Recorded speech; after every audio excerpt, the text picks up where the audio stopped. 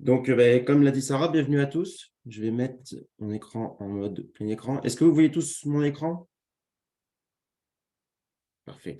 Bon, c'est Oui, parti. Donc, bienvenue à la session d'apprentissage machine pour les sciences humaines et sociales. Donc, je m'appelle Moïse Rousseau. Donc, moi, je suis analyste en calcul scientifique à Calcul Québec et l'Alliance depuis janvier 2022. Donc, ça fait un petit peu plus d'un an que je suis là. Je travaille principalement auprès de l'Institut quantique de l'Université de Sherbrooke. Ma tâche là-bas, c'est d'aider les étudiants, les chercheurs, les professeurs et tous les membres de l'Institut quantique à utiliser nos systèmes. Donc, je fais pas mal de programmation en Python, en C++. J'ai aussi fait un petit peu d'apprentissage machine. C'est pour ça que je suis là pour vous montrer comment ça fonctionne un petit peu. Et pour la petite histoire, je suis diplômé de Polytechnique Montréal en génie minéral. Donc ça, c'est pour vous montrer que dans le calcul informatique de pointe et dans l'Alliance, on recherche des gens avec des expertises variées et on peut combler des postes même si on ne connaît pas forcément toute la physique derrière. Donc ça veut dire que même si je ne connais pas les sciences humaines et sociales, j'espère vous apprendre quelque chose sur l'apprentissage machine. Donc voilà. Donc le contenu, ce qu'on va faire, c'est que je vais parler pendant à peu près, j'espère, une vingtaine de minutes pour que ça me laisse le temps pour faire les exemples. Donc je vais partir des statistiques, des choses que vous connaissez, et je vais vous montrer en quoi c'est différent l'apprentissage machine. Et ensuite, quand on aura fait ça, on va passer une petite heure pour faire un exemple donc sur une plateforme qu'on aura créée pour vous. Donc, ligne de départ, les statistiques. Donc, comme vous le savez, le but des statistiques, c'est de mesurer et observer quelque chose dans un groupe d'individus. Donc, on a une population, on veut mesurer la moyenne d'âge, la moyenne de poids, la moyenne de je ne sais pas quoi, de plein de choses. Sauf que dans plusieurs scénarios, ça ne peut pas être pratique parce que des fois, la population est beaucoup trop grande et ça coûte beaucoup trop cher. Ça prend trop de temps, on n'a pas assez de main-d'œuvre ou je ne sais quoi. Donc, le but, c'est que ce qu'on va faire, c'est qu'on va prendre un sous-groupe d'individus et on va essayer de inférer la valeur de la population à partir de cet échantillon. Donc ça nous permet de quelque chose qui coûte moins cher, qui nous prend moins de temps et ainsi de suite. Il y a différents tests qui vous permettent de voir si votre échantillon est représentatif, voir si la moyenne que vous avez calculée est la bonne, et ainsi de suite. Donc ça, je considère que c'est connu. Moi, je ne suis pas hyper fort en statistique. La dernière fois que j'ai fait des stats, c'était à peu près 5 ans. Donc, si Sarah, tu vois que je dis un petit peu des bêtises, n'hésite surtout pas à me reprendre. Mais en gros, c'est ça. Donc, comment on applique ce principe? Donc, par exemple, ça, c'est ce qu'on a vu, par exemple, pour le Covid, pour l'efficacité des vaccins. On prend la population, on fait deux groupes différents. Il y a un groupe où on va faire une intervention. Et à partir de cette intervention, on va voir si notre intervention a créé une différence dans la moyenne, dans les écarts types, sur notre groupe d'individus. Une fois qu'on a eu ça, on a vu qu'on a eu une différence et on essaie après, par exemple, de caractériser l'impact de l'âge sur la variable qu'on mesure. Par exemple, la moyenne de poids, on a créé un médicament ou je ne sais pas quoi qui nous fait maigrir, par exemple, ou qui nous fait grossir, parce que des fois, on a besoin de grossir. Ben, on va regarder l'influence de l'âge, de la ville, du sexe, du revenu et tout ça sur notre échantillon et pour interférer ça dans notre population. Donc, une fois qu'on a fait tout ça, on a récolté nos données et on va faire différentes techniques. Donc, on a par exemple l'ANOVA qui nous permet d'analyser les paramètres. On peut faire des régressions linéaires. Donc, je ne rentre pas forcément dans le détail parce que le but, ce n'est pas de faire des stats, c'est de faire de l'apprentissage machine. Donc, il y a différentes techniques pour interpréter ça. Vous avez aussi des régressions logistiques. Donc, c'est quand vous avez des variables qui sont catégorielles, par exemple, oui ou non, ou réussi, pas réussi, ou ça a un effet ou ça n'a pas d'effet. Et c'est ça. Donc, les points importants dans ce que vous connaissez pour les statistiques, c'est que le focus est dans l'interprétation des paramètres du modèle. On va faire un modèle et on va ensuite regarder comment, comment l'âge, par exemple, va influer sur nos résultats, comment le revenu va inférer sur nos résultats, et ainsi de suite. Donc, il y a plusieurs tests pour évaluer la signification statistique de ces paramètres. On fait aussi pas mal d'hypothèses souvent sur nos données. Par exemple, on fait souvent l'hypothèse que les erreurs suivent une distribution normale et ainsi de suite. Et bien souvent aussi, les modèles qu'on utilise pour modéliser, nos données sont souvent linéaires. Aussi, moi, comme je fais beaucoup genre de mathématiques dans mon travail, si jamais j'emprunte des mots que vous ne comprenez pas ou qu'il y a des concepts qui sont flous, n'hésitez pas à poser des questions, hein, surtout. Voilà. Donc, j'en arrive à l'apprentissage machine. Donc, l'apprentissage machine, c'est exactement la même chose que les statistiques, c'est-à-dire on utilise les mêmes données, les mêmes techniques, mais on va l'utiliser pour faire quelque chose de différent, en fait. Donc, c'est là la petite photo qu'on a mis. Sur la première, on a l'impression qu'il fait un doigt d'honneur, alors qu'en vrai, il est juste en train de compter sur ses doigts et de parler. Donc, on va changer la perspective et on va voir en quoi l'apprentissage machine peut nous aider. Donc, par exemple, si je prends ici la régression linéaire, le but en fait de l'apprentissage machine, c'est de faire des prédictions sur nos données. Donc, on ne s'intéresse plus vraiment aux paramètres, à l'influence de l'âge, à l'influence, je ne sais pas quoi, du revenu. Tout ça maintenant, ce sont des données d'entrée. Et à partir de ces données d'entrée, on va essayer de prédire la variable qui nous intéresse. Donc, d'un côté, c'était les paramètres qu'on voulait connaître et qu'on voulait analyser. Ici, on veut juste faire des prédictions, en fait. Et c'est à ça, en fait, que fait référence l'apprentissage machine. C'est pour nous faire des prédictions. Donc, c'est pareil. Donc, on a toujours on peut faire des régressions linéaires, des régressions logistiques, ainsi de suite. Ça veut dire qu'on peut faire ça sur des variables continues ou des variables catégorielles. Donc, les points importants, comme j'ai dit, c'est dans la prédiction de la variable réponse selon les variables qui sont dépendantes. Donc, par exemple, je sais pas moi, l'efficacité du vaccin par rapport au revenu. Donc, c'est plus vraiment ça qui nous intéresse. Sinon, on peut juste dire, OK, on a une personne qui a tel revenu, elle a tel âge, elle pèse tel poids. Combien il y a de chances que le vaccin fonctionne, que le traitement fonctionne, qu'elle fasse des études, et ainsi de suite. En revanche, il n'y a pas vraiment de test de signification statistique. On a un modèle qui permet de faire des prédictions et c'est tout. On ne donne pas d'importance à cette exception des erreurs, en fait, parce que c'est le modèle qu'on va calibrer qui va justement nous permettre d'éviter ces erreurs, enfin, implicitement. De toute façon, tout ça, on va voir ce que ça veut dire en pratique. Et ce qui est bien aussi, c'est qu'on n'assume pas grand-chose, en fait, sur la nature de nos données, en fait. On n'a pas à dire que nos erreurs sont distribuées normalement, et ainsi de suite. On a juste des données et on entraîne un modèle qui va nous permettre de décrire ces données en fonction des variables d'entrée qu'on lui donne. Ce qui est bien aussi, c'est que faire si nos données se comportent de façon non linéaire. Donc, quand je veux dire linéaire, ici, un modèle linéaire, ça veut dire qu'en fait, vous pouvez rejoindre votre variable dépendante à votre variable d'intérêt juste avec une droite, en fait. Donc, c'est ça ici. Donc là, vous avez un modèle linéaire parce que vous avez une droite entre les deux. Mais qu'est-ce qui se passe si après, donc là, on a pris les années d'études et le revenu. Qu'est-ce qui se passe si au bout, en fait, d'une certaine quantité d'années d'études, notre revenu va baisser? On ne peut pas faire ça avec une droite, en fait. Donc, c'est ça qu'on appelle genre des modèles qui sont non linéaires. Et c'est pareil aussi pour les régressions logistiques. Donc, on a les heures d'études par semaine ici en bas. Et vous voulez savoir comment ça se comporte, combien de chances vous avez de réussir votre examen ou de l'échouer en fonction de vos heures d'études. Donc là, vous avez votre modèle. Et qu'est-ce qui se passe si, à un moment, en fait, plus vous étudiez et moins vous avez de chances de réussir. Donc là, ça va arriver. Donc là aussi, c'est un modèle qui est non linéaire parce que vous voyez que ça, vous ne pouvez pas rejoindre ça par une droite. Eh bien, donc, pour l'apprentissage machine, ce qu'on va faire, c'est que le but de l'apprentissage machine, en fait, c'est d'utiliser les données et de trouver une fonction mathématique qui va nous permettre de relier nos entrées, donc nos variables qu'on connaît, à nos variables d'intérêt, nos données, en fait. Donc, en fait, quand on fait une régression linéaire, par exemple, on fait y égale f de x, et f de x, c'est juste une constante fois notre variable x plus un petit b. Sauf qu'on peut prendre, en fait, n'importe quelle fonction qu'on désire.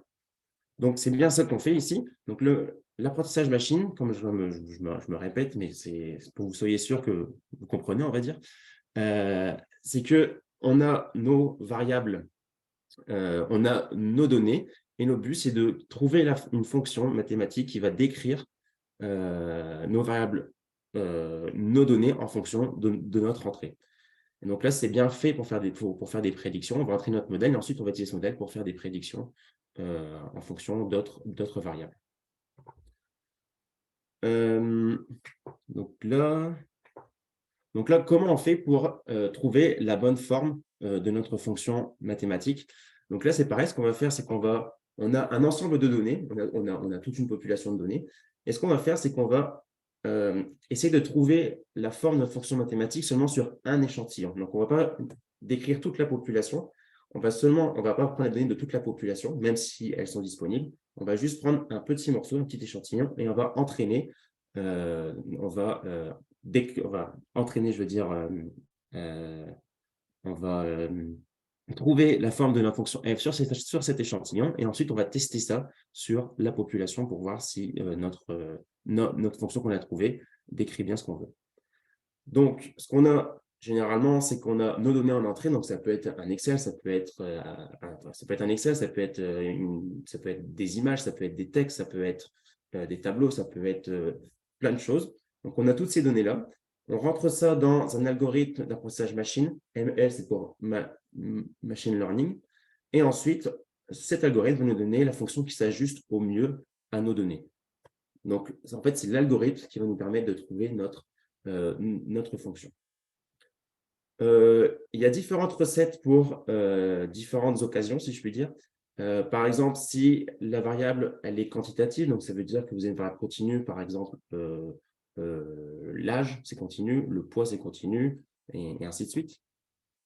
Donc, en tant qu'ingénieur, on peut dire en apprentissage machine, vous avez vos données, vous voulez créer et vous voulez vous voulez trouver la fonction qui permet de décrire ces données. Donc, en fonction que vos données sont complexes, vous pouvez soit aller juste sur une régression linéaire. Donc, ça, des fois, vous pouvez juste tracer deux données. Vous voyez que ça fait une droite. Et bien, vous n'avez pas besoin d'aller faire un apprentissage machine qui est compliqué. Vous pouvez faire des régressions linéaires, vous pouvez faire des régressions polynomiales.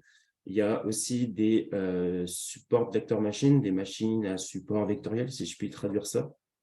Vous avez aussi des arbres de décision et aussi, à la toute fin, vous avez des réseaux de neurones.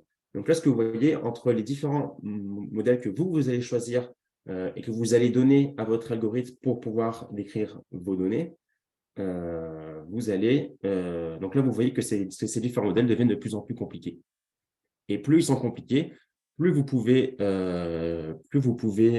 décrire des données qui sont complexes, mais aussi plus c'est complexe à entraîner et plus c'est long et coûteux en temps de calcul pour pouvoir faire ça. Donc vous avez ça pour les variables continues. Comme je dis, vous pouvez aussi avoir des modèles d'apprentissage machine lorsque les variables sont catégoriques. Donc là, vous avez les régressions logistiques, les régressions logistiques polynomiales, ainsi de suite. Et encore ici, on a aussi à la toute fin les réseaux de neurones qui, en fait, sont très compliqués. Enfin, leur forme mathématique est très compliquée et c'est ça qui font leur puissance pour décrire les modèles, pour décrire les données. Donc, une fois que par exemple, vous avez vos données, vous avez choisi un modèle pour décrire vos données, pour faire votre apprentissage machine, pour créer votre modèle. Comment savoir si votre modèle est bon, en fait? Parce que ce qu'on va faire, c'est qu'on va utiliser notre algorithme sur un échantillon. Et donc, sur cet échantillon, notre algorithme, il va forcément performer super bien parce que c'est ça qu'on entraîne. Il a été entraîné pour ça. Donc, il est super précis à 99% sur votre échantillon. Mais nous, ce qu'on veut savoir, c'est est-ce qu'on peut s'en servir pour faire des prédictions. Donc, vous avez toute votre population, on a toutes les données. On va juste prendre un petit échantillon. On va entraîner notre modèle dessus. Donc, sur l'échantillon d'entraînement, on va avoir 99% de précision. Et ensuite, ce qu'on va faire, c'est de façon empirique, on va reprendre un petit morceau de la population et on va essayer de regarder comment notre modèle performe sur l'autre échantillon de la population. Et ce qu'on va faire ensuite, c'est qu'on va voir que notre modèle, en fait, comme c'est des nouvelles données, il ne va pas forcément performer aussi bien que sur notre échantillon de l'entraînement. Et donc, il va être à 70%, par exemple. Et ce qu'on va faire, c'est qu'on va utiliser les différents modèles, on va ajuster, on peut prendre soit des régressions linéaires, soit des machines à support vectoriel, soit des réseaux de neurones.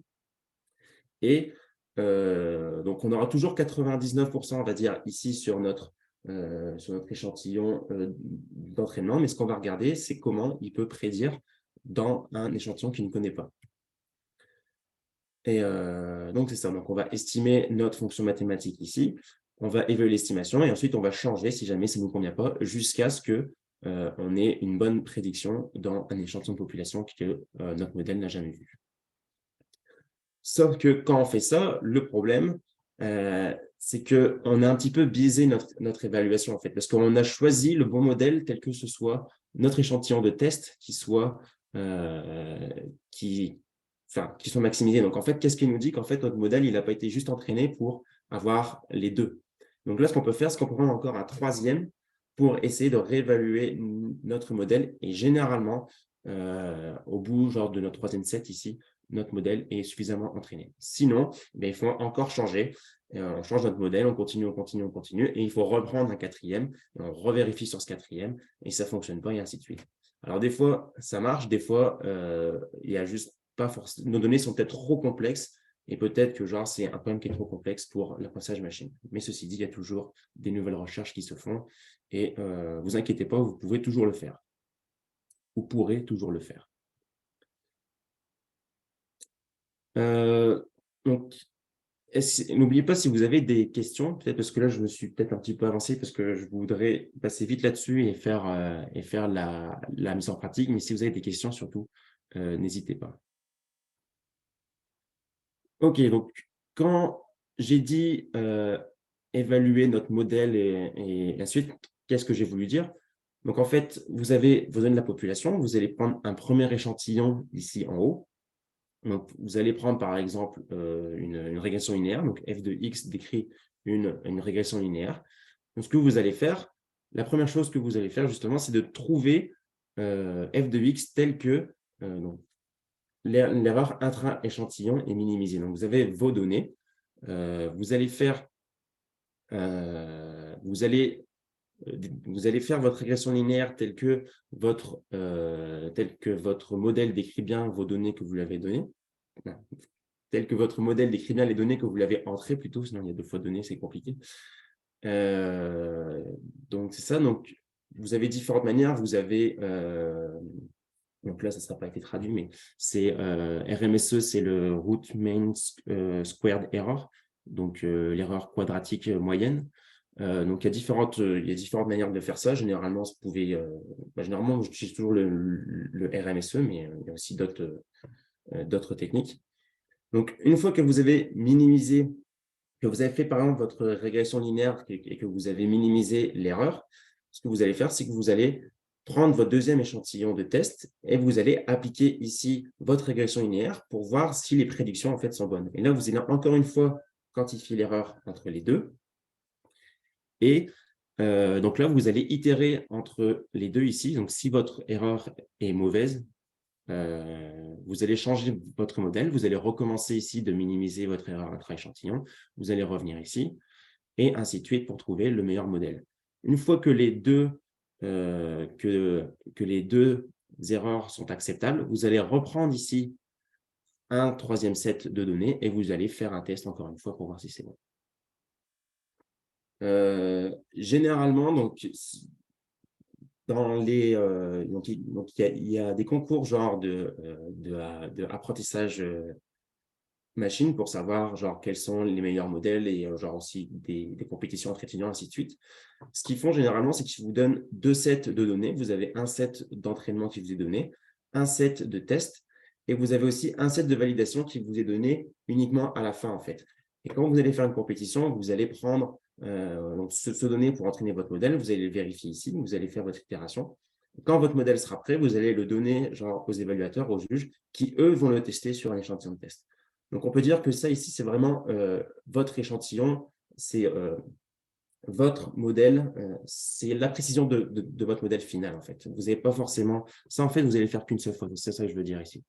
Là, ici, vous allez juste itérer et ensuite, vous allez le prendre une seule fois ici pour montrer que votre modèle est bon. Voilà. La mise en pratique. Donc, est-ce que des personnes ont des questions jusqu'ici? On a un petit peu de temps, j'ai fait ça en 20 minutes, donc c'est bon. On va avoir une petite heure pour mettre ça en pratique. S'il n'y a personne qui parle, ça veut dire qu'il n'y a pas de questions. Vous pouvez prendre votre micro, je vous invite, hein, il n'y a pas beaucoup de monde. Donc, Non, mais c'est bien, merci beaucoup. C'est très clair. Et en plus, c'était des choses qu'on a déjà entendues un petit peu. Certaines diapos, on a déjà entendu ça le premier jour, alors c'est encore plus facile. bon, Merci. parfait. Super. Euh, donc, pour la suite, je vous invite à vous rendre à cette adresse ici, mlfr.calculquebec.cloud. On peut peut-être copier ça dans le chat, si j'arrive à trouver où il est. Donc, vous allez vous rendre à cette adresse et je vais aussi, je vais d'abord me rendre à cette adresse, moi aussi. Donc là, hop. Une fois que vous êtes arrivé à cette adresse, vous voyez ici qu'il vous demande de vous connecter. Donc, moi, je vais faire un petit zoom. Vous allez me demander si c'est assez gros pour que vous puissiez voir suffisamment mon écran. Donc, il vous demande un nom d'utilisateur, un mot de passe. Et donc, là, ici, je vous ai compilé vos noms d'utilisateur et le mot de passe qui est hss-ml-fr. Donc, c'est dans la case ici, mot de passe. Je ne sais pas si je peux faire un zoom. Non, ça ne marche pas. Donc, je vous ai envoyé ici le document avec vos noms d'utilisateur et votre mot de passe.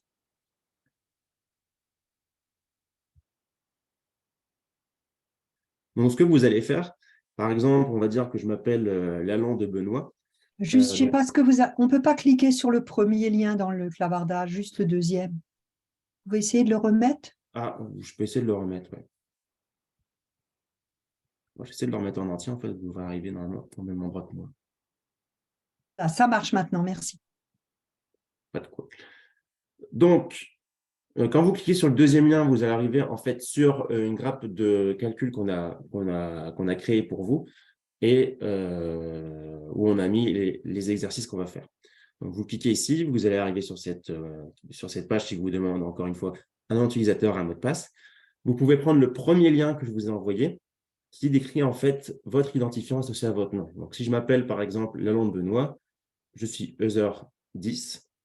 Donc, mon utilisateur ici, ce sera l'utilisateur 10 ici dans le Jupyter Hub. Et le mot de passe, il est écrit ici, c'est hss-ml-fr. Donc, je vais vous laisser un petit peu de temps pour vous connecter.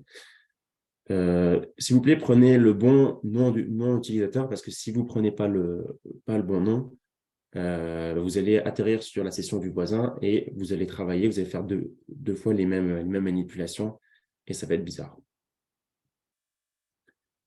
Donc, voilà, moi, je vais le faire aussi. Donc, moi, j'ai un mot de passe qui est différent du vôtre.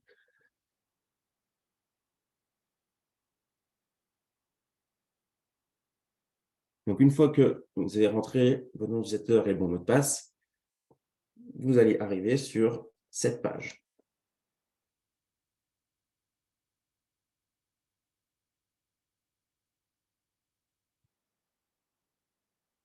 Donc là, si jamais vous avez un problème ou que genre vous n'avez pas le bon mot de passe, ou vous n'arrivez pas à vous connecter, dites-moi-le.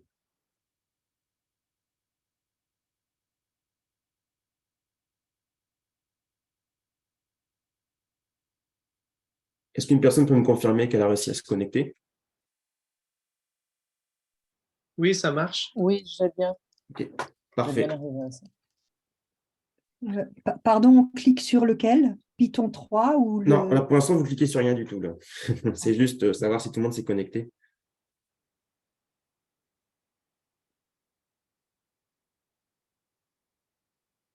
Donc, ok, donc je vais continuer. N'hésitez pas si vous avez un problème pour vous connecter, de mettre ça sur le chat. Donc, ce qu'on va faire ici, c'est qu'on va ouvrir un Jupyter Notebook qui commence par 2 ici. Donc là, de Supervised partie 1. Donc 2 supervise partie 1. Vous allez faire un double-clic dessus. Et ça va ouvrir le Jupyter Notebook. Ça sur le côté. Voilà. Peut-être dézoomer un petit peu là, parce que j'ai déjà travaillé avec ça. Oups. Moi, je n'ai pas le 2 supervise. Ah oui, pardon. Parce qu'en fait, vous arrivez ici. Oui, ça c'est parce que j'y ai touché tout à l'heure. Ouais. En fait, vous arrivez ici, vous arrivez dans le Home. Donc, il faut d'abord que vous allez sur Intro Machine Learning, pardon. OK. Intro Machine Learning, et vous allez sur le 2 ici. Normalement, vous l'avez là. Donc là, vous faites un double clic, ça va ouvrir un nouvel onglet, et vous allez arriver sur l'exercice. Donc l'exercice est en anglais parce qu'en fait, c'est mon collègue Lucas qui donne ce cours en anglais. Et donc, on travaille sur le même Jupyter Notebook. Puis, c'est compliqué à tout traduire. Ça prend du temps. Mais ne vous inquiétez pas, je vais tout vous expliquer. Donc, ce qu'on a vu ici, donc on va faire de l'apprentissage machine. Donc, le but de l'apprentissage machine, c'est de trouver une fonction f quelconque, soit avec une régression linéaire, un réseau de neurones, ainsi de suite. Pour l'instant, on ne fait pas d'hypothèse là-dessus, qui va nous permettre de décrire des sorties en fonction des entrées qu'on lui donne. Donc là, par exemple, on peut imaginer qu'on a un tableau Excel où la première colonne correspond à notre réponse et toutes les colonnes suivantes correspondent aux entrées du modèle. Donc, ce qu'on veut, c'est trouver une fonction qui va prendre toutes les entrées ici de notre Excel et qui va nous permettre de trouver, nos sorties.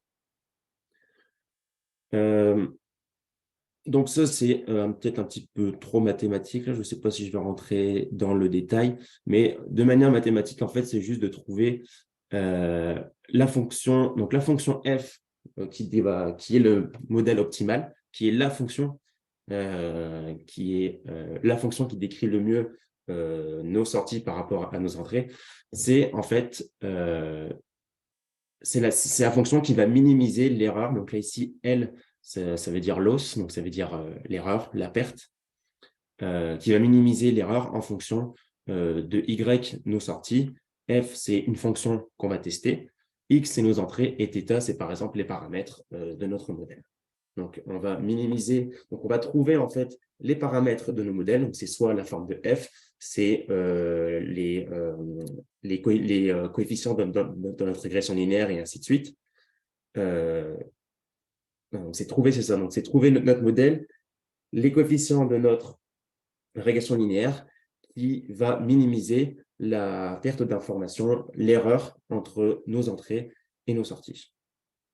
Donc, c'est ça. Donc là, c'est bizarre, je n'avais pas la petite animation pour une fois que je l'ai fait. Donc, faut que vous imaginez qu'en fait, il y a énormément de fonctions qui peuvent décrire nos entrées par rapport qui peuvent décrire nos sorties par rapport à nos entrées. Quand je dis sortie, c'est les variables qu'on veut prédire et les entrées, ce sont nos variables qui dépendent, dont la variable qu'on veut prédire dépend. Voilà.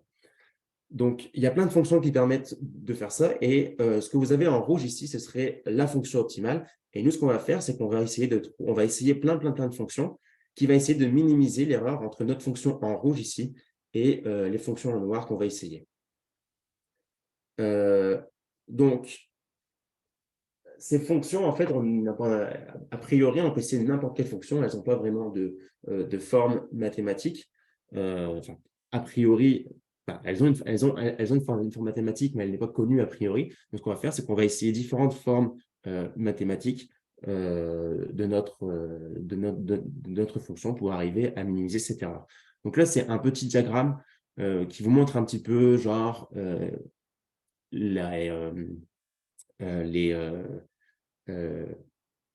l'erreur qui peut, enfin, comment en fait la fonction est malléable au point de venir bien prédire nos données. Donc là, vous voyez que les régressions linéaires, c'est assez petit parce qu'en fait, on peut prédire que des modèles qui sont linéaires. On peut ensuite passer sur des fonctions polynomiales où on a un peu plus de liberté. La fonction a un peu plus de liberté pour prendre vos entrées et puis les convertir en sorties. Donc, on a différents types de fonctions. Donc, vous voyez que les réseaux de neurones ici, c'est ce qui est les plus malléables, en fait, parce que c'est les fonctions mathématiques qui sont les plus compliquées. C'est pour ça que d'ailleurs, dans la présentation, je n'ai pas pu les écrire parce qu'en fait, c'est tellement complexe que qu'on peut pas vraiment, enfin, qu'on peut l'écrire, mais c'est très long. Donc l'erreur ici, ce serait, quand vous allez fitter vos données, ce ne serait pas d'aller directement vers un réseau de neurones. Pourquoi? Parce que le réseau de neurones, ça coûte cher à entraîner, c'est quand même complexe, alors que des fois, on pourrait juste faire une régression linéaire qui fonctionne. Donc, on va toujours aller du plus simple au plus complexe. On va tester les choses simples, des choses simples, et on va augmenter la complexité de notre modèle pour arriver finalement à une erreur qui nous convient. Donc, c'est ce qu'on va faire maintenant. Donc, est-ce que vous avez déjà manipulé des Jupyter Notebook ou pas? Bon, je vais supposer que non. Donc, en fait, un Jupyter Notebook, là, ici, vous avez du texte et ici, vous avez des morceaux de code que vous pouvez exécuter. Donc, vous pouvez cliquer ici sur la petite boîte, je vais appeler ça, sur la petite cellule plutôt. Sur la petite cellule, vous pouvez écrire dedans, vous pouvez écrire ce que vous voulez, et ainsi de suite. Et donc, quand vous avez fini d'écrire ce que vous voulez, pour exécuter la cellule, il faut faire majuscule et entrée. Donc, vous avez votre touche entrée, la majuscule est juste en dessous, majuscule entrée pour exécuter. Donc, là, ce qu'on va faire ici dans cette petite démonstration, c'est qu'on va en fait créer, une fonction que nous, on connaît. Donc là, en fait, on va générer des données. Et ce qu'on va faire, c'est qu'on va essayer de retrouver, à l'aide du machine learning, à l'aide de l'apprentissage machine, une fonction qui va approximer nos jeux de données qu'on aura créés. Donc là, ce qu'on va faire, c'est qu'on va prendre une fonction en cosinus et on va lui appliquer, donc là, ici, c'est ça, donc la fonction pour cosinus ici. Donc, f de x égale cosinus de 1,5 fois pi fois x. Donc ça, c'est la fonction que nous, on connaît, qu'on crée pour créer des données. Donc, en pratique, cette fonction-là, vous ne l'avez pas, c'est juste pour qu'on puisse créer des données pour travailler dessus et comparer, en fait, comparer les différentes approches, les différentes fonctions qu'on va essayer de citer. Donc, on prend un cosinus, on lui ajoute du bruit ici. Donc là, vous voyez du bruit normal. Et quand vous avez fait ça, vous faites majuscule entrée et ça va l'exécuter.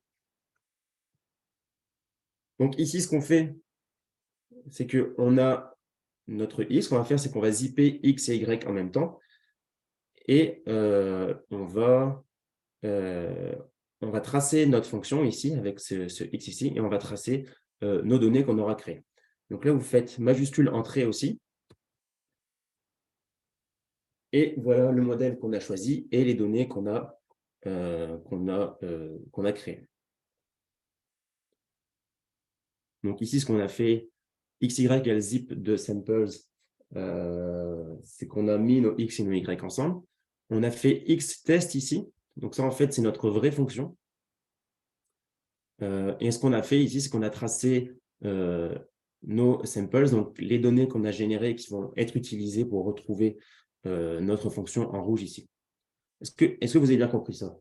On a pris une fonction qu'on connaissait, qu'on a généré des données avec. A priori, cette fonction, dans la virelle, on ne l'a pas, mais on va utiliser les données pour essayer de retrouver cette fonction.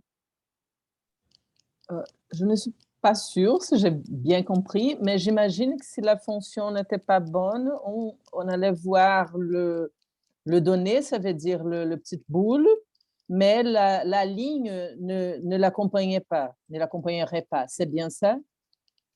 Non. Non, je pense pas que c'est ça. Ce qu'on a fait, en fait, c'est qu'on a pris une fonction, donc la fonction en rouge ici. Oui. Ça, c'est une fonction qu'on a choisie pour générer des données. Donc, nous, on a généré des données les données qu'on a générées sont en bleu. Ce qu'on va essayer de faire dans cet exercice. Mais les données existaient déjà, n'est-ce pas? C'était notre… Non, justement, on a créé ces données-là à partir de notre fonction qu'on connaît. Et ce qu'on va essayer de faire, c'est à partir du machine learning, c'est d'utiliser ces données, les points, en fait, pour retrouver la fonction en rouge. Parce qu'a priori, quand vous êtes dans la vie réelle, si je puis dire, vous n'avez pas la fonction en rouge. Donc, nous, on l'a, et ce qu'on va faire, c'est qu'on va essayer de retrouver cette fonction en rouge et on va voir à l'aide des différents modèles qu'on va essayer. Donc, on va essayer une régression linéaire, on va essayer un machine à support vectoriel et un réseau de neurones. On va essayer ça, puis on va voir comment ces différentes fonctions permettent de retrouver notre fonction en rouge, en fait. Est-ce que c'est correct? Oui, je pense.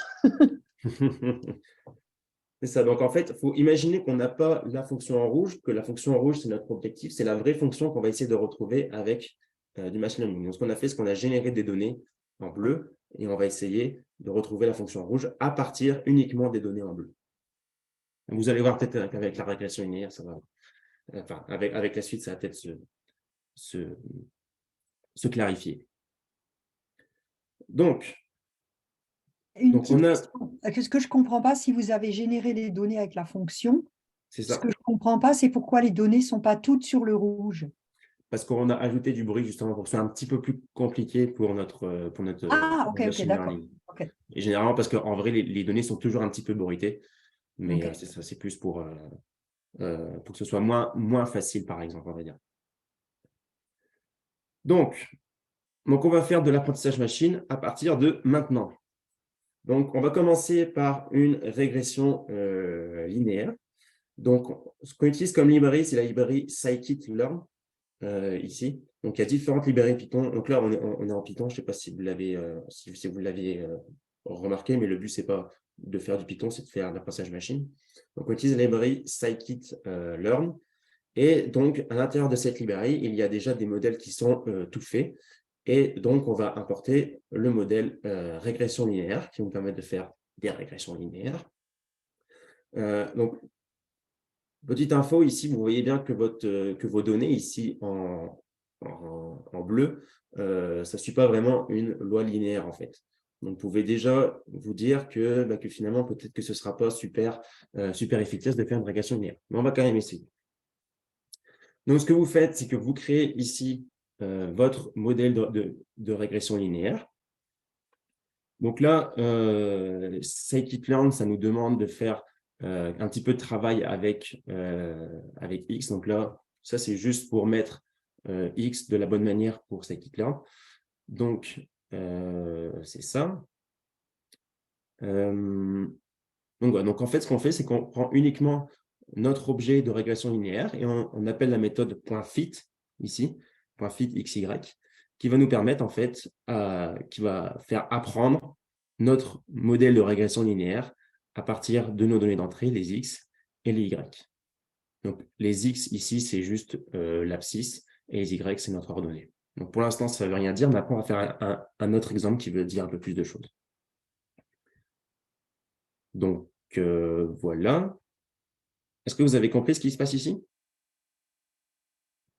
On importe notre modèle, on le crée, et ensuite, on fait juste l'apprentissage machine avec la méthode fit.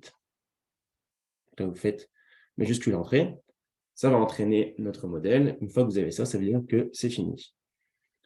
Ce qu'on va faire maintenant, c'est qu'on va essayer de voir quel est le modèle, quel modèle a été créé. Donc, on va reprendre nos X-tests. X-tests, c'est les X de notre vrai… c'est les X en continu, c'est ce qui va nous permettre de visualiser le modèle qui a été créé, qui a été appris. Donc là, on a prédit. Oui, c'est ça. Donc là, pardon, je ne vous ai pas expliqué. Les X-tests, c'est ce qui va nous permettre de voir la prédiction du modèle. Et on va utiliser la méthode predict ici, qui va nous permettre d'utiliser notre modèle pour prédire les sorties en fonction des entrées qu'on lui a mis. Donc là, on a nos prédictions. Et maintenant, ce qu'on va faire, c'est qu'on va tracer ici le modèle linéaire qui a été appris à partir des données qu'on lui a rentrées. Donc là, c'est ce qu'on fait ici. On plotte on trace XY qui sont nos données et on trace ensuite le modèle linéaire qui a été créé et on va calculer aussi un score qui va nous permettre de voir en fait, c'est ce qu'on avait tout à l'heure, c'est l'erreur intra-échantillon en fait. Donc, on a appris dessus et on va essayer de voir comment notre modèle, quelle est l'erreur que notre modèle sur notre échantillon d'apprentissage. Donc là, on va exécuter ça, ça va être plus clair. Donc là, vous voyez en vert, c'est le modèle qui a été appris par l'apprentissage machine. Donc là, on a toutes nos données qu'on a créées, enfin, les données qu'on essaie de fitter, et vous avez ici la régression linéaire. Donc, comme on s'y attend, la régression linéaire, ça fait une droite, et vous voyez qu'en fait, vous avez quand même des erreurs, parce que ça ne prend pas… on voit clairement que nos données font une vague, et on voit clairement que le modèle, il fait une droite. Donc, c'est pour ça qu'ici, que vous avez une erreur de 0,5, enfin, une performance de 0,5. Plus la performance est bonne, meilleur est le modèle. Donc là, vous voyez que ce n'est pas vraiment performant. Donc, ça, c'était attendu parce qu'on a un modèle qui était linéaire face à des échantillons qui étaient non linéaires, des données non linéaires. Oui, moi, j'ai un problème. Je n'ai pas la ligne verte là. J'ai comme une erreur dans mon… OK. Si tu as une erreur, c'est parce que tu as peut-être oublié d'exécuter une cellule ici. Ah, OK. Donc, peut-être comment on retourne, comment on enlève la mention? Il faut juste aller un petit peu en haut. Tu reprends la cellule que tu as oubliée. Donc, je pense que c'est la cellule peut-être 4. La 4, oui. Majuscule, entrée. Et ensuite, tu retournes dans la même cellule, puis tu fais majuscule, entrée.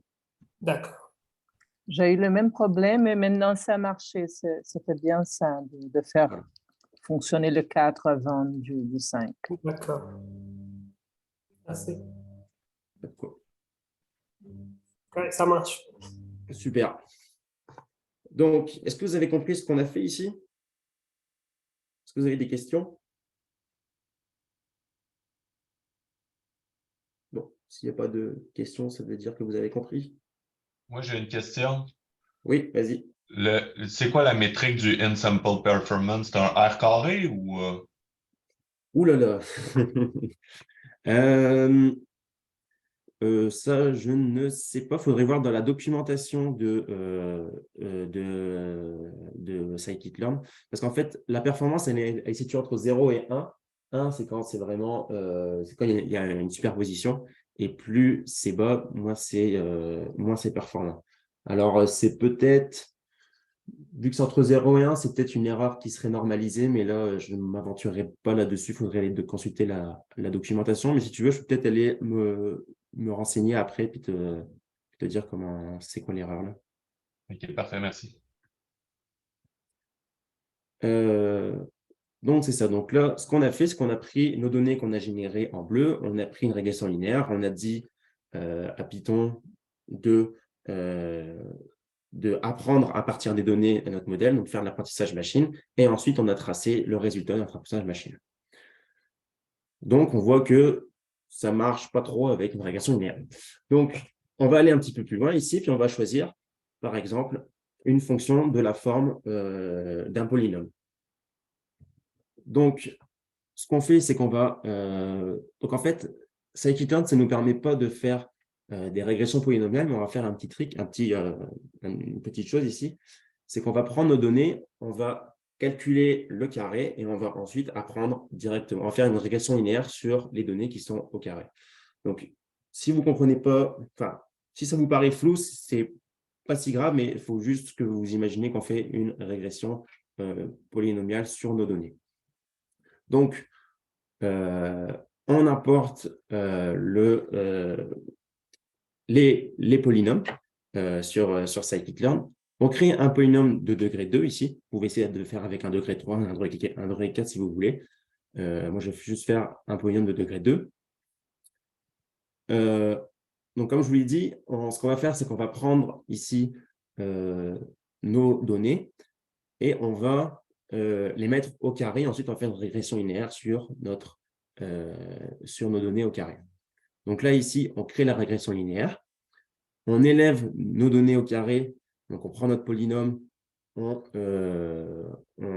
transforme ça au carré.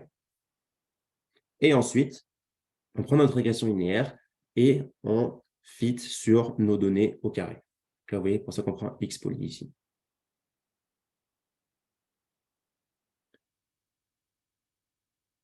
Donc voilà. Ensuite, ce qu'on fait, c'est qu'on reprend nos données de test. On les met aussi au carré pour pouvoir les comparer. Et on trace tout ça. Dans...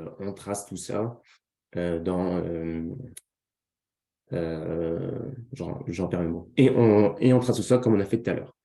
Donc là, ce que vous pouvez faire, c'est majuscule entrée pour exécuter tout le bloc de commandes qu'il y a ici.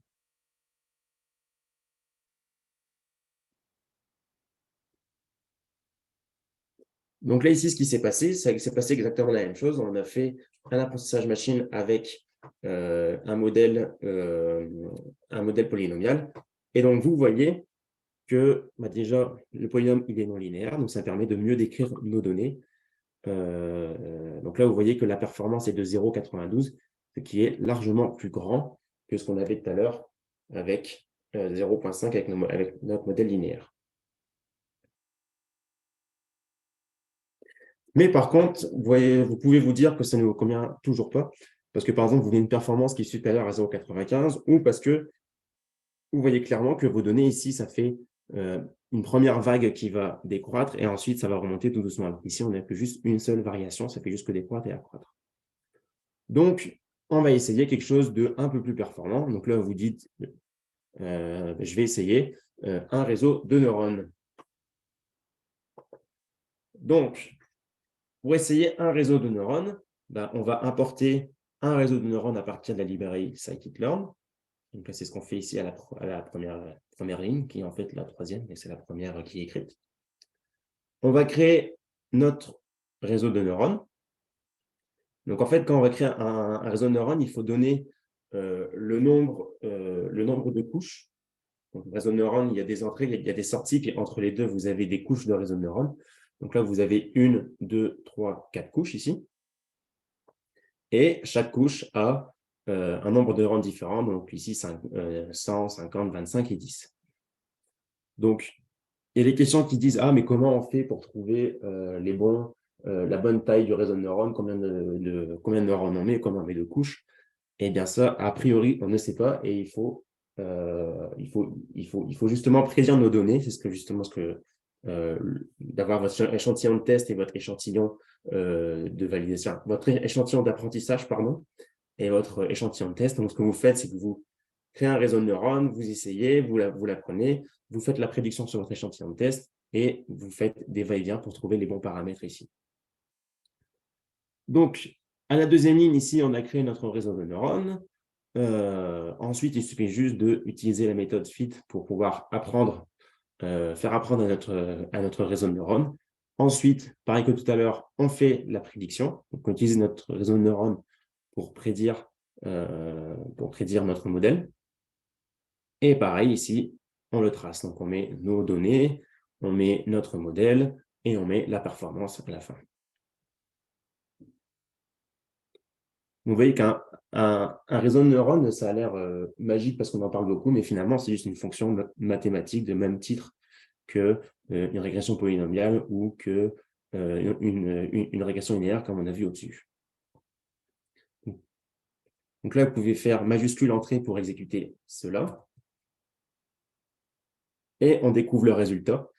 Donc déjà, c'est qu'on a une performance de 0,97. D'ailleurs, ici, la performance n'est peut-être pas forcément exactement la même que moi parce qu'en fait, ça prend des paramètres aléatoires au début. Et donc, peut-être que vous n'avez pas exactement la même, mais vous avez sûrement genre 0,97 ou plus ou moins.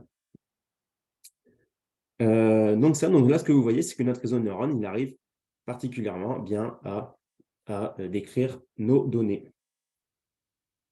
Et pourquoi? Parce qu'il est plus complexe, en fait. Donc, plus il est complexe, plus vous allez arriver à fitter des modèles qui sont complexes. Est-ce que vous avez compris ce qui s'est passé ici?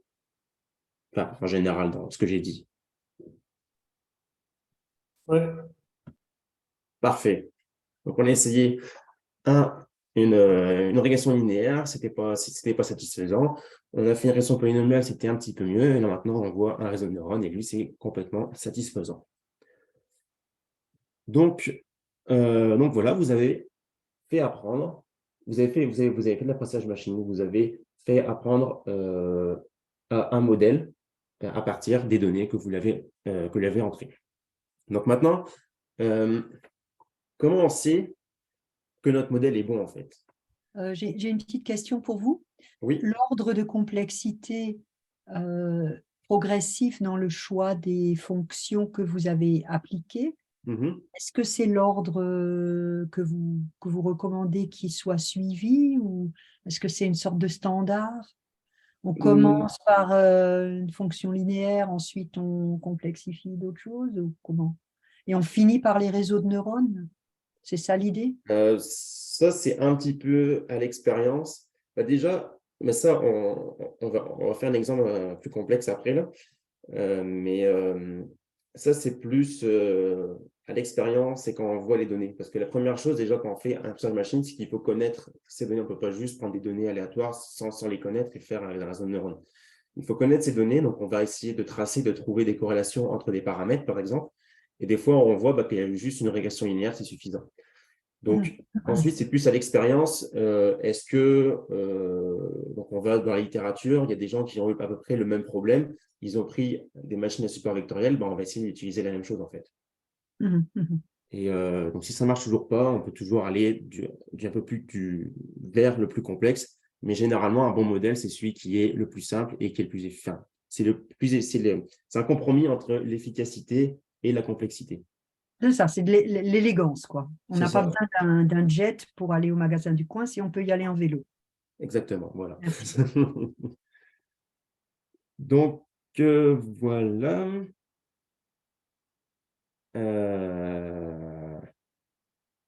Donc là, ici, ce qu'on va parler, c'est donc comment on sait qu'un modèle est bon.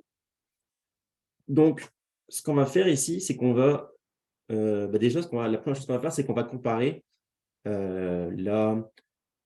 notre vrai modèle qu'on a utilisé pour générer nos données face aux modèles qui ont été prédits. Donc là, c'est ce qu'on va faire. Donc là, c'est ça. Donc là, en fait, c'est notre modèle initial ici.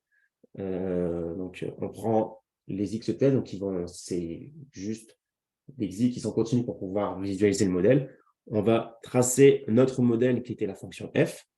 On va ensuite tracer ici les données qui ont été servies à apprendre le modèle, à apprendre nos réseaux de neurones, nos régressions polynomiales, et ainsi de suite. Et ici, on va tracer notre régression polynomiale, notre modèle polynomial, et voir en fait comment les deux se comparent. Plus ensuite un score de performance. Donc là, on fait majuscule entrée. Hop.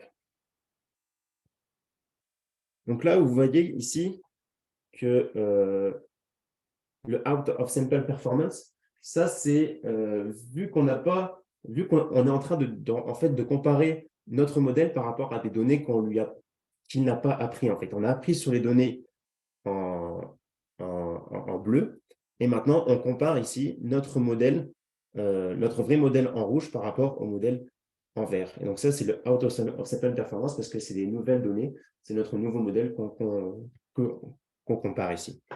Donc là, vous voyez que la performance par rapport à notre vrai modèle est un petit peu plus basse parce qu'en fait, le modèle n'a pas appris sur ces données-là. Mais il est quand même suffisamment bon parce qu'on est à 0,95. Donc là, vous voyez notre régression polynomiale. Et on fait exactement la même chose ici avec notre réseau de neurones. Et on va voir comment les deux se comparent. Donc là, majuscule entrée ici aussi. Et vous voyez que dans le cas du réseau de neurones, on est à 0,99. Et en fait, notre modèle de réseau de neurones est vraiment très proche de la fonction qu'on avait choisie au début pour générer nos données. Donc ça, c'est la manière justement de voir les performances de nos modèles.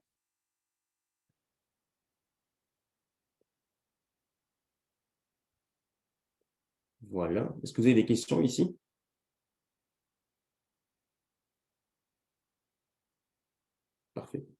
personne ne parle, ça veut dire pas de question. Donc là, vous voyez que nos deux modèles, enfin, celui-là, il est à peu près performant, mais ce n'est pas super satisfaisant, alors que notre réseau de neurones, lui, il est, si on peut dire, complètement satisfaisant avec un score de 0,99. Cependant, ici, il faut bien remarquer qu'on lui a donné des données qui sont dans le même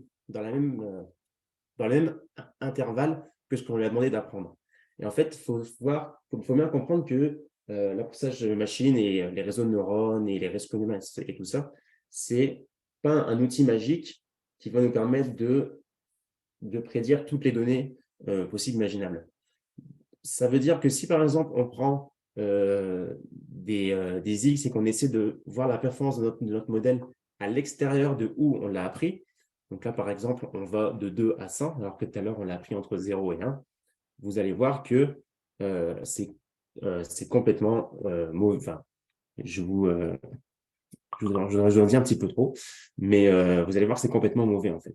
Donc là, ce qu'on va faire, c'est qu'on va essayer de tester notre modèle à l'extérieur de l'intervalle sur lequel il l'a appris.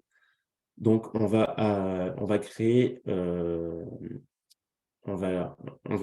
intervalle entre -1 et 2 ici.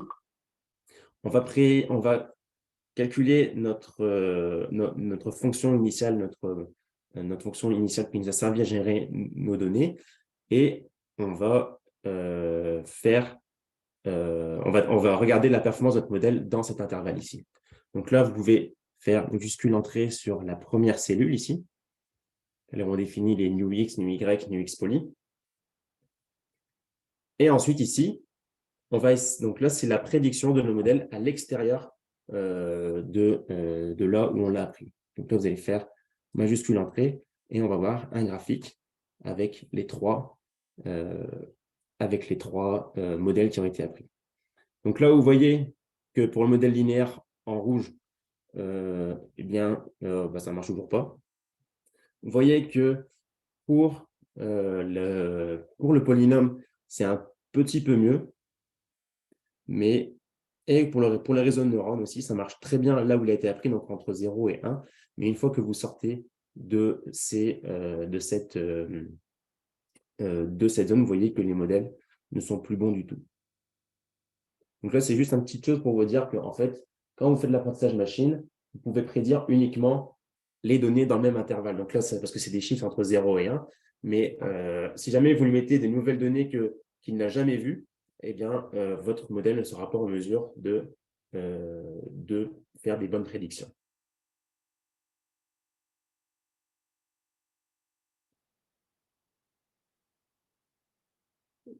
Est-ce que vous avez compris?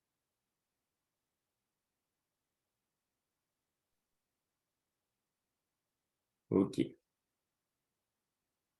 Donc, est-ce qu'on fait ça ici? J'ai peut-être une question. Oui. Oui, je voulais juste savoir, c'est super, j'aime comment tu expliques les choses. Je voudrais savoir si c'est possible d'avoir cette page-là de code après. Oui. Ça, en fait, c'est disponible sur GitHub. Je pourrais peut-être le mettre à la fin de l'atelier si vous me le rappelez. Mais ça, c'est disponible. Vous pouvez faire un copier-coller et vous entraîner chez vous.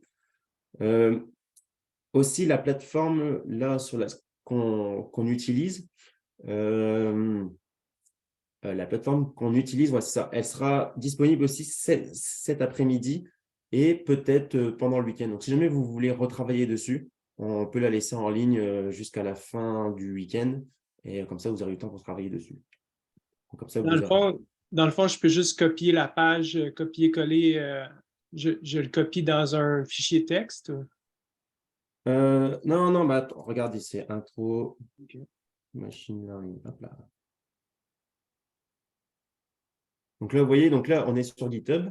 Donc, c'est là où on peut déposer du code et ainsi de suite. Donc, vous voyez qu'on est dans un répertoire public ici. Donc, tout le monde ici a accès à ce répertoire qui contient exactement tous les exercices que vous avez sur le Jupyter. Est-ce que vous voulez bien le mettre dans le clavardage, s'il vous plaît? Oui, je vais le mettre. Donc, Ah, nous, on parfait, travaille merci. sur le 2 supervised, mais il y a aussi les introductions, puis un petit peu plus. Donc, si vous avez du temps, vous pouvez regarder ça plus tard. Mais nous, on n'a pas le temps de faire ça en 1 heure, malheureusement. Je vais mettre ça dans le clavardage, si je le trouve. Tac, tac, tac.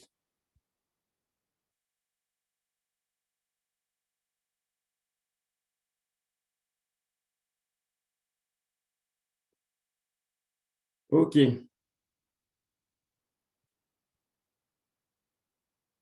Donc, on va continuer ici. Donc, ça, c'est un autre exemple, en fait, où on vous montre comment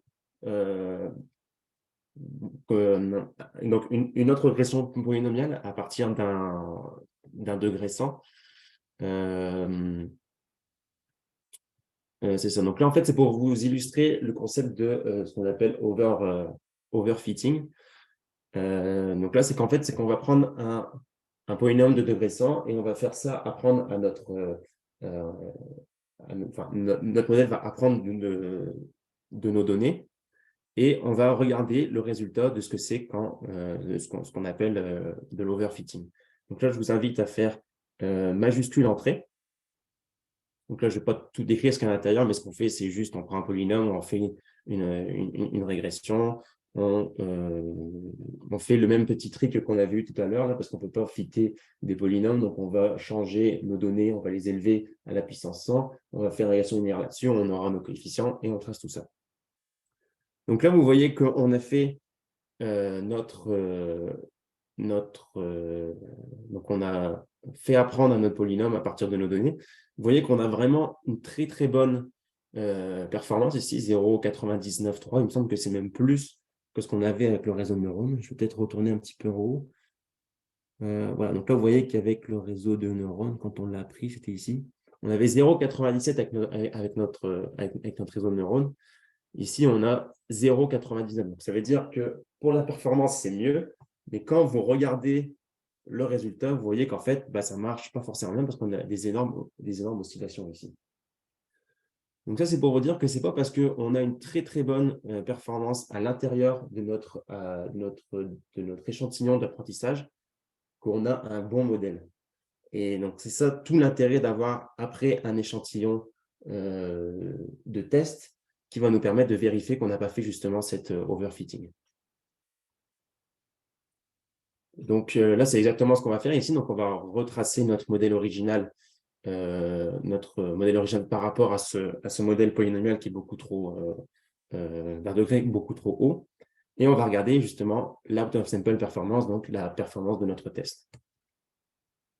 Donc là, vous voyez qu'on a une très, très bonne performance à l'intérieur de notre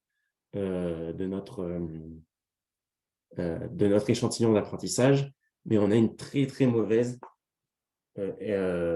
erreur par rapport à notre échantillon de test.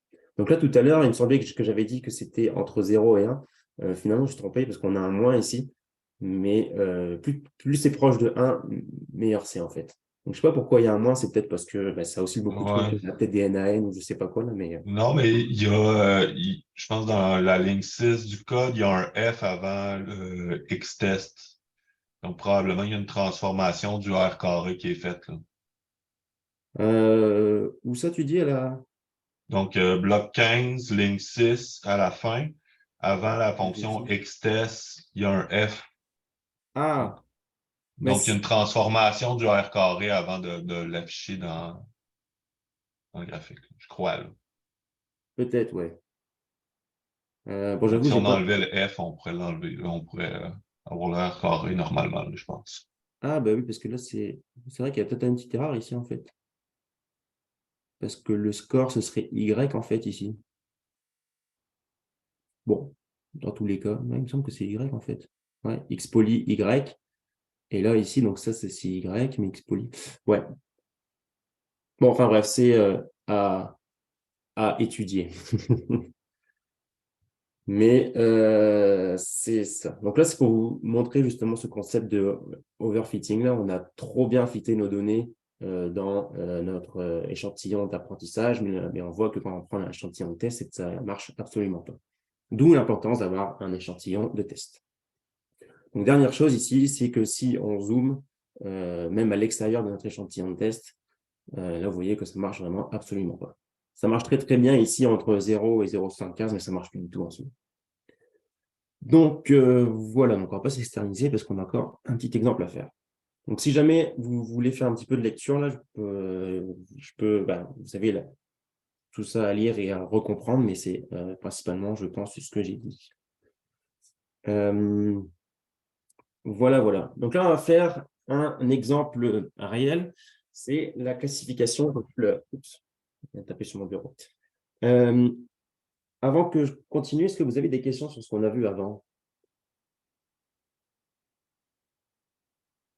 Ben, tu sais, est-ce qu'il y a une métrique qui existe pour détecter l'overfitting en tant que tel ou on se base uniquement sur la comparaison des scores, par exemple, là, la comparaison du R carré ou du RMSE intra ou out of sample? Ouais, c'est ça. Est-ce il n'y a peut-être pas de recette magique, là, mais y a-t-il des indications qui existent? Déjà, prendre un polynôme de degré 100 pour des données genre où il n'y a même pas 100 échantillons, ça, c'est un peu… déjà, ça, c'est un petit indice.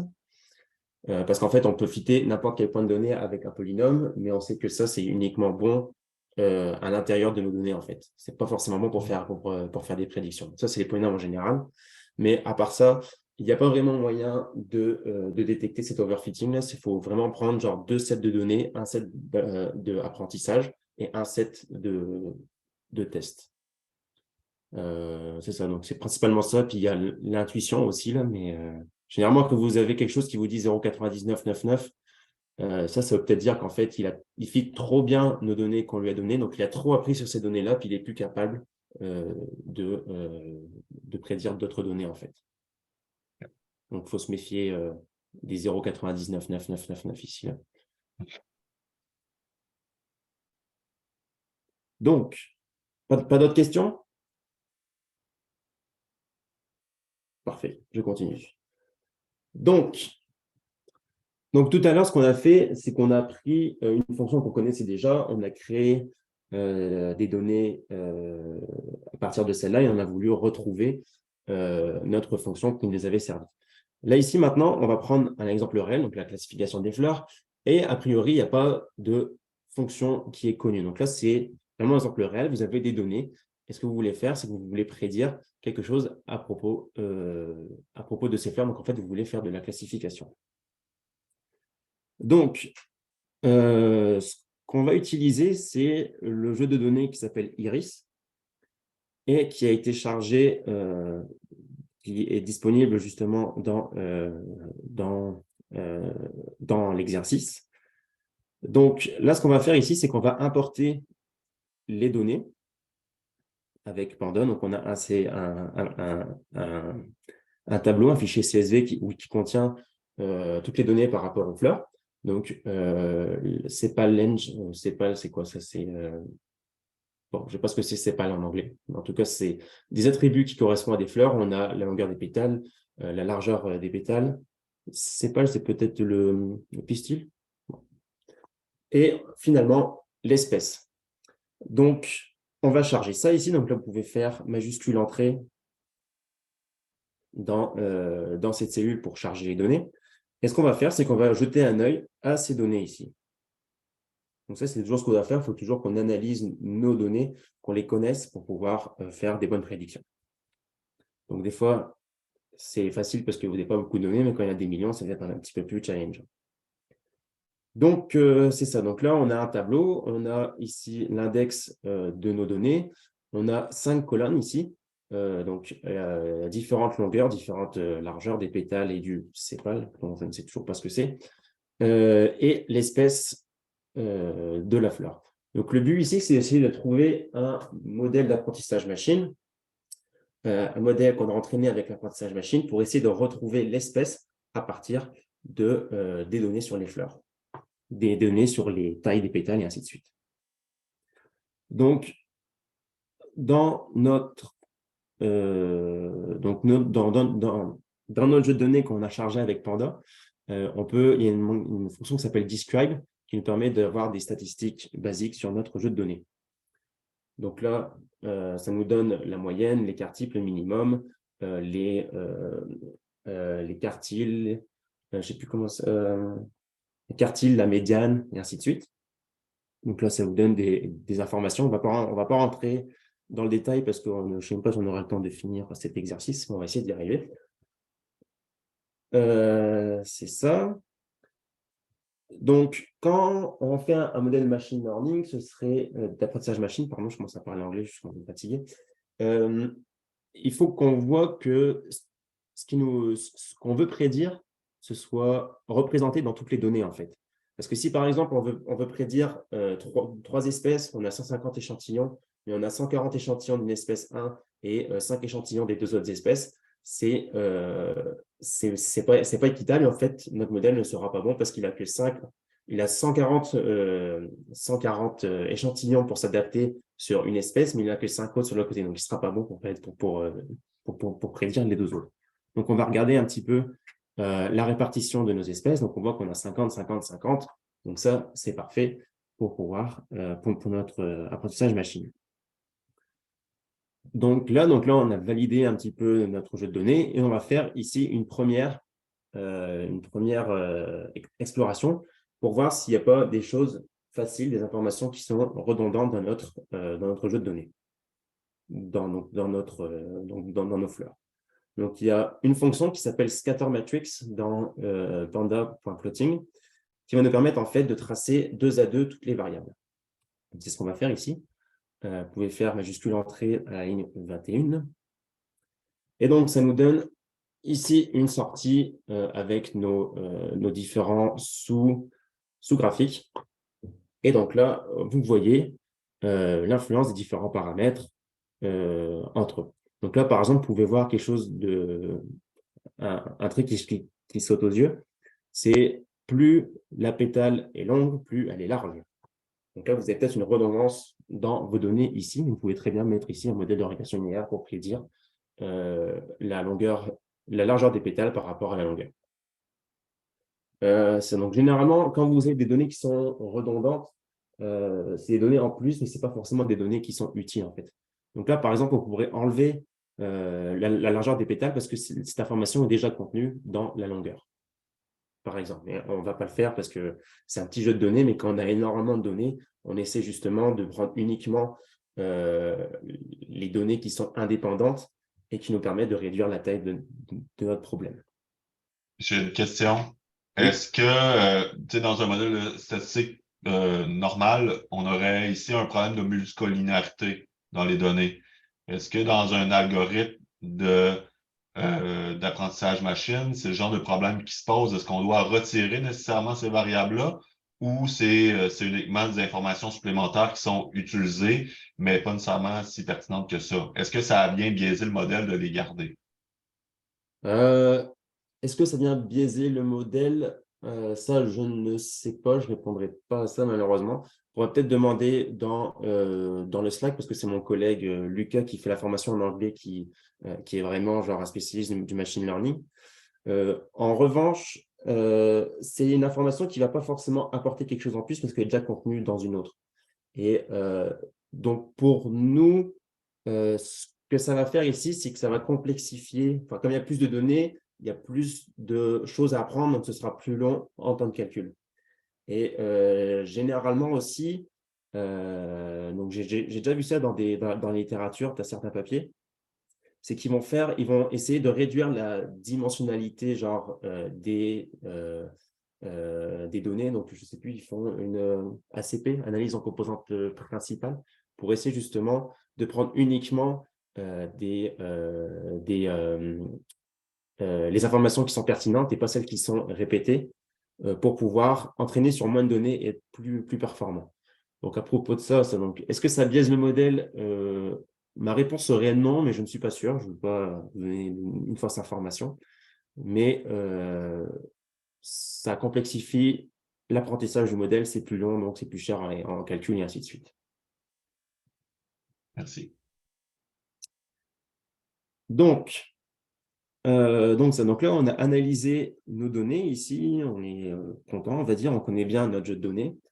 Et donc maintenant, ce qu'on va faire, c'est qu'on va commencer à faire notre apprentissage machine. Donc, comme je vous l'ai dit, il faut diviser notre jeu de données en deux. Donc, un jeu de données pour faire l'apprentissage et un jeu de données pour faire je vais pas taper sur mon bureau, et un jeu de données pour faire le test, donc le in sample error et le out of sample error. Donc, c'est exactement ce qu'on fait ici avec la fonction train test split. D'ailleurs, ici, on récupère x et y. Pourquoi? Parce que x, ce serait nos données d'entrée. Donc, quand on a regardé nos données ici, c'est le numéro 18, on voit que 0, 1, 2, 3, donc les 4 premières colonnes sont nos données d'entrée. Et ce qu'on veut prédire ici, c'est l'espèce qui est dans l'index 0, 1, 2, 3, 4. Hop. Donc, c'est pour ça qu'ici, on prend valeur de 0 à 4 pour nos entrées et 4 ici pour nos Y pour notre sortie. Donc, on divise ça en deux, échantillon d'apprentissage et échantillon de test. Et ensuite, on va commencer à faire différents modèles. Donc là, comme on voit que c'est un problème catégoriel, ce n'est pas un problème qui est continu, donc on va prendre des régressions logistiques en premier. Donc là, on apporte la régression logistique, on apporte la score de précision et confusion metric. Donc ça, c'est pour qu'on puisse visualiser un peu les résultats. On crée notre régression linéaire. Et d'ailleurs, ici, je ne l'ai pas activé. Donc, majuscule, entrée pour exécuter cette cellule. Donc là, je crée ma régression logistique. Voilà, donc là, je fais majuscule entrée pour la créer. Et donc là, maintenant qu'elle est créée, il n'y a plus qu'à faire apprendre sur nos données d'apprentissage, sur notre échantillon d'apprentissage. Donc là, vous faites aussi majuscule entrée. Voilà. Et maintenant, ce qu'on va faire ici, c'est qu'on va tenter de prédire ici avec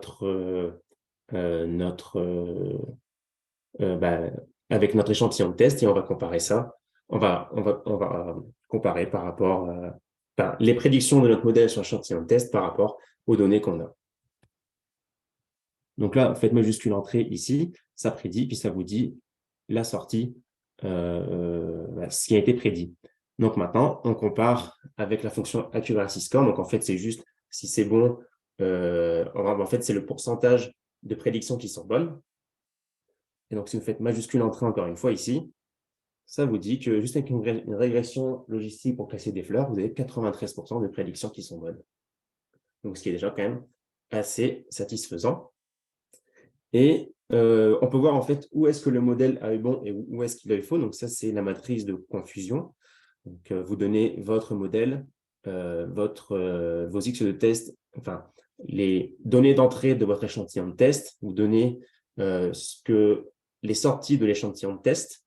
Et donc, en fait, ce que ça va faire, c'est que ça va prendre votre modèle, ça va essayer de prédire sur les X tests et ça va comparer ça au Y test. Donc là, si vous faites majuscule entrée, j'ai un warning qui dit que cette fonction, elle est dépréciée et que ce sera enlevé bientôt. Mais ça, on va voir, enfin, c'est pas quelque chose qui impacte les calculs. Donc là, vous voyez qu'avec l'apprentissage de notre modèle, donc là, ici, vous avez ce qui a été prédit, et ici, ce qui est vrai. Et donc là, vous voyez que dans le cas de l'Iris virginica, c'est toujours bien prédit. Attendez, comment ça se lit, ça? Ouais, c'est ça. Et que vous avez, donc, que le modèle, il a prédit que Iris versicolore bien 7 fois, mais qu'il a raté 2 fois, il a prédit ça comme Iris virginica. Donc là, vous pouvez voir un petit peu où est-ce que votre modèle a eu faux. Est-ce que vous avez compris ce qu'on a fait ici? J'ai peut-être une question. Oui. Là, je ne comprends pas comment on a fait une régression logistique, mais La variable réponse, c'est quoi la variable réponse dans cette analyse? Parce que là, ouais, c'est ça. Ouais. Nous, ce qu'on veut faire avec la régression logistique, c'est essayer de prendre les informations sur la taille des pétales et des sépales pour essayer de prédire l'espèce de la fleur, en fait. Donc, la variable qui nous intéresse, qu'on peut prédire, c'est l'espèce de la fleur, et les données d'entrée, c'est les tailles la taille des sépales et des pétales. Je dis sépales, mais je ne sais pas si c'est un mot français, mais c'est ça? Ça répond à la question ou pas? C'est quoi la variable réponse qu'on utilise dans la régression? La variable réponse, c'est-à-dire la Ben, donnée de d'habitude, sortie? la régression logistique, c'est 0 ou 1, présent ou absent. Ah, Fait que là, je comprends pas. ouais. La régression logistique, c'est une note 0, 1, 2 ou 3, 0, 1 ou 2. Et en fait, si c'est 0, on va encoder ça comme étant une espèce. Si c'est 1, c'est une autre espèce. Si c'est 2, c'est encore une autre espèce. Ah, merci. Ou alors, enfin, je ne connais pas de la régression logistique parce que ça fait longtemps que j'ai fait des statistiques. Ou alors, il y a peut-être 3 sorties qui sont différentes. 0, 1, première sortie, c'est l'espèce Iris, je ne sais pas quoi, là. On va dire Iris virginica. Si c'est 0, ça n'en est pas une. Si c'est 1, ça l'est. Et ainsi de suite, en fait. Mais c'est comme ça que c'est encodé. Donc, ça, en fait, normalement, cet encodage, vous pouvez peut-être le faire vous-même. Là, c'est tout fait parce que c'est un exemple de démonstration sur un beau jeu de données et ainsi de suite. Mais peut-être que ça, vous aurez à le faire vous-même et à faire la conversion vous-même entre vraiment les sorties numériques et ce que ça veut dire au niveau de l'espèce. Ça répond à la question, du coup? Oui, merci. Parfait. Donc, voilà. Donc là, on a fait ça avec une première, avec une régression logistique, on est 93%, et on dit, ah, finalement, ça ne nous va pas, nous, ce qu'on veut, c'est une précision de 95% et plus. Hop, et bien, on va essayer quelque chose d'un peu plus complexe. Donc, on va prendre un arbre de décision. Donc, on va faire exactement la même chose. On importe le modèle d'arbre de décision depuis scikit-learn, on le crée, on l'entraîne sur notre échantillon d'apprentissage. Ensuite, on fait la prédiction, on trace la matrice de confusion et on regarde le score, la précision des prédictions, en fait. Donc là, on peut juste faire majuscule entrée. Donc là, vous voyez que juste créer un modèle d'apprentissage machine, une fois qu'on a des belles données et qu'on sait ce qu'on fait, ça prend juste 1, 2, 3, 4, 5, 6 lignes de code. Et donc là, vous voyez que le modèle a 96% des prédictions qui sont bonnes. Là, vous voyez qu'on a juste que ça a enlevé une erreur ici sur l'iris versicolor versus l'iris virginica. Donc c'est ça. Maintenant, on va faire ça avec des machines à support vectoriel. Donc là, pareil, on importe le modèle, on le crée, on fait l'apprentissage machine sur les échantillons d'apprentissage, on prédit, on trace la matrice de confusion et on regarde le score en fait, la précision. Majuscule entrée. Et là, vous voyez que même si on prend quelque chose d'un peu plus compliqué, on est toujours à 96% de prédictions qui sont bonnes. Donc, voilà. Donc, on peut continuer ici avec des réseaux de neurones pour essayer d'aller plus loin. Mais malheureusement, on n'a pas le temps parce qu'il est 13 heures. Donc, c'est ça. Donc, moi, je vais m'arrêter ici pour la démonstration. Est-ce que vous avez des questions par rapport à ce qu'on a vu?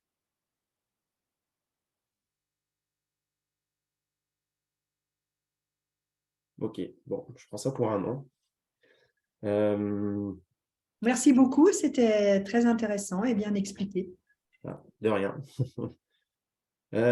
Donc, c'est ça pour la mise en pratique. Ça, c'est pas la peine. Donc, ça, c'est un bonus ici. C'est si on arrivait un petit peu en avance. Je vous expliquer vite fait. Là, il nous reste il est 13 heures, mais en une petite minute.